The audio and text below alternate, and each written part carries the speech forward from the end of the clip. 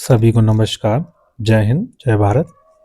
Kips mission को किसने उत्तर दिनांकित check कहा? तो महात्मा गांधी ने कहा था, क्योंकि किप्स मिशन में किसी भी प्रकार के क्योंकि किसी भी प्रकार की उसकी मीटिंग का कोई अर्थ नहीं निकला था, क्योंकि उसमें भारत विभाजन की बात हो रही थी, तो इसका कोई अर्थ ही नहीं निकला था। ठीक है। उसके बाद अगला क्वेश्चन आता है कि किप्स मिशन को मुस्लिम लीग ने जो क्यों अस्वीकार कर दिया था। ठीक है। अस्वीकार इसलिए कर दिया था क्योंकि भारत विभाजन की मांग को पहले नंबर तो कांग्रेस, जो उस मीटिंग में भी थी, कांग्रेस थी, तो उसने ठुकरा दिया था। किप्स मिशन में भैया भारत का विभाजन तो नहीं होगा, किसी भी हालत में नहीं होगा। और संविधान सभा में पृथक मुसलमानों का जो निर्वाचन था ना, अलग, मतलब उनको एकदम अलग निर्वाचन हो, उनका मतलब चुनने की प्रक्रिया अलग हो, सब कुछ अलग हो। हमारा या तो मतलब अड़े हुए थे, कहते हमें देश भी चाहिए अलग और इसमें भी चाहिए भैया। ठीक है। उसके बाद अगला क्वेश्चन है, कैबिनेट मिशन भारत में कब आया? तो मार्च 1946 में। ये क्वेश्चन आता है, बहुत इंपॉर्टेंट क्वेश्चन है। तो किप्स मिशन और कैबिनेट मिशन अलग अलग है। अच्छा, कैबिनेट मिशन के सदस्य कौन कौन थे? तो पैथिक लॉरेंस, जो भारत सचिव थे, और स्टैनफोर्ड क्रिप्स, जो पहले किप्स मिशन में थे, वो व्यापार बोर्ड के अध्यक्ष भी थे। ठीक है। ए बी एल के जेंडर एल के जेंडर जो थे वो नौसेना प्रमुख थे, वो भी इसके सदस्य थे। मतलब ये इतने लोग कैबिनेट मिशन के सदस्य रहे, और इन्होंने मतलब कि आगे उसमें मीटिंग वगैरह की, मतलब संविधान सभा का गठन किया जाए, उसमें बातचीत, भारत के जो जो लोग आज़ादी की लड़ाई में लगे हुए थे या देश को आज़ाद कराना चाह रहे थे भाई। ठीक है। और यही लोग कैबिनेट मिशन ही भारत संविधान निर्माण के प्रक्रिया में पूरा, मतलब कि कह सकते हैं, मतलब शुरुआती कह सकते हैं। अगले पेज पे हम लोग चलते हैं। तो यहाँ पे पहला क्वेश्चन आता है, यहाँ पे संविधान सभा में लगभग कितनी जनसंख्या पर एक सदस्य नियुक्त किए जाने का प्रावधान था? तो 10 लाख की जनसंख्या पे एक सदस्य नियुक्त किए जाने का वो था, मतलब। ठीक है।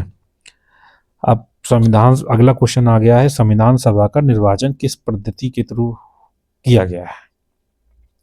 जो निर्वाचित सदस्यों द्वारा अप्रत्यक्ष चुनाव द्वारा। अप्रत्यक्ष चुनाव मतलब, कहने मतलब है कि जैसे पहले उन्होंने टोटल जनसंख्या काउंट कर ली कि भाई इतनी है, और उसको डिवाइड कर दिया इतने से कि 10-10 लाख में, मान लो, है ना। अब जितने भी हो जाए, अब उसमें कितने सदस्य बनेंगे? 60 करोड़ थी उस समय जनसंख्या, तो उसके अनुसार बना दिए गए थे। और अप्रत्यक्ष चुनाव का मतलब है वही जो सदस्य रहेंगे, यानी कि सांसद, वही वोट करेंगे। ठीक है। जो अध्यक्ष भी चुनेंगे वही चुनेंगे। ठीक है। अब भारतीय स्वतंत्रता के समय ब्रिटेन में किस पार्टी की सरकार थी? तो लेबर पार्टी की सरकार थी। ये क्वेश्चन बहुत इंपॉर्टेंट है, ये आता भी है। ठीक है। स्वतंत्र भारत के प्रथम गवर्नर जनरल कौन थे? तो स्वतंत्र भारत के प्रथम गवर्नर थे लॉर्ड माउंटबेटन। यहाँ पे दो क्वेश्चन बन जाते हैं। एक बार क्वेश्चन आता है कि स्वतंत्र भारत के गवर्नर जनरल या अंतिम वायसराय। ठीक है, अंतिम वायसराय भी आता है। या कभी कभार आता है कि स्वतंत्र भारत के पहले भारतीय गवर्नर जनरल कौन थे? तो चक्रवर्ती राजगोपालाचारी। ठीक है, जब भारतीय पूछा जाएगा। ठीक है। और अंतिम वायसराय भी भारतीय है। ये चार क्वेश्चन लोग इसमें कंफ्यूज हो जाते हैं, लेकिन बहुत ध्यान से पढ़ने की जरूरत है। मैं आपको बता दे रहा हूँ सारा। उसके बाद अगला क्वेश्चन है, भारतीय स्वतंत्रता के पश्चात व संविधान निर्माण के पूर्व भारत का शासन किस अधिनियम के अनुसार चलाया गया? तो सभी लोग जानते 1935 के अधिनियम के अनुसार। जब ये लाया गया था, 1935 के अधिनियम लाया गया था, तो लगभग लगभग आज के जो प्रक्रिया चली आ रही है। ठीक है। जैसे मतलब विधानसभा बन गई, विधान परिषद बन गया, मतलब बड़े बड़े राज्यों में 2 सदनीय व्यवस्था हो गई, लोकसभा में भी हो गई इस तरीके की व्यवस्था। हालांकि 1919 में जो अधिनियम था उसमें ही ऐसा हो गया था। नेक्स्ट पेज पे चलते हैं हम लोग। तो संविधान विभाजन के पुनर्गठन के बाद भारतीय संविधान में सभा में कुल कितने सदस्य थे? तो संविधान सभा के विभाजन के और पुनर्गठन, विभाजन हुआ फिर पुनर्गठन हुआ के बाद 324 सदस्य थे। ठीक है। भारत विभाजन का बालकान प्लान किसका ऊपर था? तो लॉर्ड माउंटबेटन के मस्तिष्क का, मतलब लॉर्ड माउंटबेटन के, कह सकते हैं कि उसके दिमाग का, कह सकते हैं कि उसकी साले सोच ऐसी थी। उसके बाद क्वेश्चन आता है अगला, भारत और पाकिस्तान के बीच पंजाब और बंगाल की सीमाओं के निर्धारण के लिए पंजाब सीमा आयोग और बंगाल सीमा आयोग के नाम दो सीमा आयोग के गठन किया गया। अब ये क्वेश्चन आता है तो 30 जून, याद रखना 30 जून 1947 को, ठीक है। उसके बाद अगला क्वेश्चन है, भारत पाकिस्तान के मध्य सीमा निर्धारण के लिए गठित समिति का आयोग का अध्यक्ष कौन था?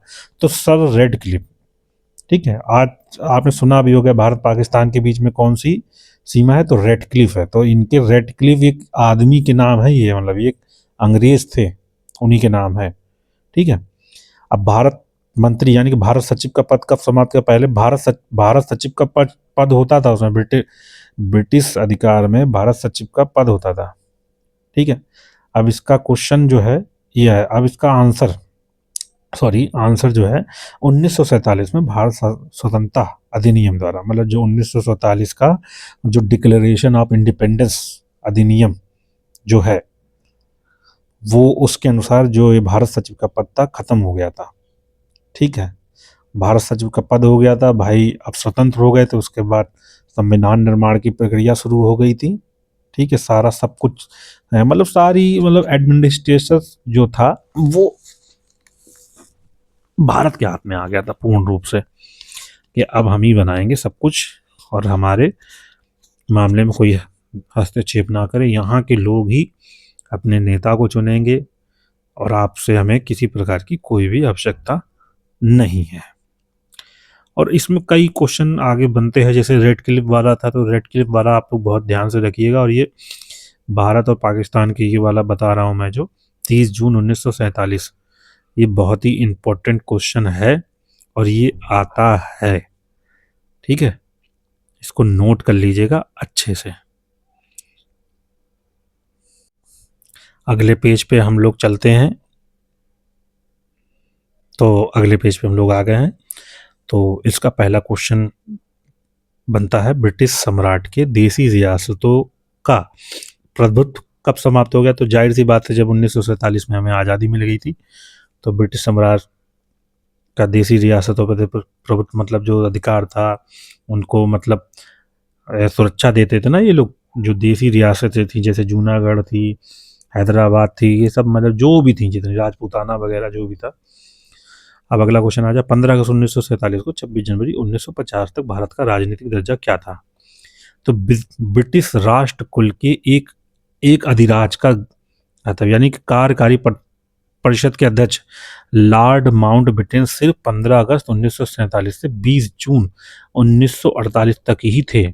इसके पश्चात कार्यकारी परिषद के अध्यक्ष चक्रवर्ती राजगोपालाचारी नियुक्त किए गए। यानी कि जो 47 से लेके 50 तक, जब तक संविधान लागू नहीं हो गया था 26 जनवरी तक, तो उसके बारे में यहाँ पे पूछा गया है। तो इसको ब्रिटिश राष्ट्र कुल के एक अधिराज का बताया गया है यहाँ पे, मतलब वो पीरियड किस चीज के लिए था, वो ये पूछ रहा है क्वेश्चन। अच्छा, उसके बाद अगला क्वेश्चन है, अप्रत्यक्ष निर्वाचन पद्धति से प्रांतीय विधानसभा सदस्यों द्वारा, मतलब अप्रत्यक्ष जो निर्वाचन पद्धति है उसे प्रांतीय विधानसभा सदस्यों द्वारा और संविधान सभा के सदस्यों के निर्वाचन हेतु मान्यता प्राप्त समुदाय कौन कौन से थे? तो सामान्य, मुस्लिम और सिख, क्योंकि मुस्लिम ने अपना अलग मांगा था, मुस्लिमों ने अपना अलग मांगा था, मतलब कि बाकी सामान्य में सभी लोग आ जाते हैं। और इधर सिख भी मतलब भाई अपना अलग मांगे थे, मतलब पूरा अलग क्या, मतलब जैसे उनको अलग दर्जा दिया ही गया था, ठीक है। तो आज की क्लास यहीं पे समाप्त होती है और आगे हम नेक्स्ट वीडियो लाते रहेंगे और उसमें जानकारी लाते रहेंगे। अभी तो हम वो ऑप्शनल वाले आपको टिक करवाएंगे उसमें, ये तो अभी MCQs हम आपको बता रहे हैं, ये बहुत इंपॉर्टेंट है, ये नोट कर लीजिए, समझ लीजिए। अगर इन क्वेश्चनों से बाहर कुछ भी फंस जाए तो कह दीजिएगा, ये पहले चैप्टर के हैं, पहले चैप्टर का ये सारे क्वेश्चन हैं, ये समझ लीजिए क्वेश्चन आंसर इसमें, ठीक है। दूसरे चैप्टर का है ये। इसके बाद तीसरा चैप्टर आएगा जिसमें मूल अधिकार का ऊपर चैप्टर होगा। अभी तो इसके MCQs डालने हैं जो ऑप्शनल वाले आते हैं, ठीक है, वो आप लोगों को करवा दूंगा मैं। इसके बाद हमारी क्लास यहीं पर समाप्त हो जाती है। जय हिंद, जय भारत।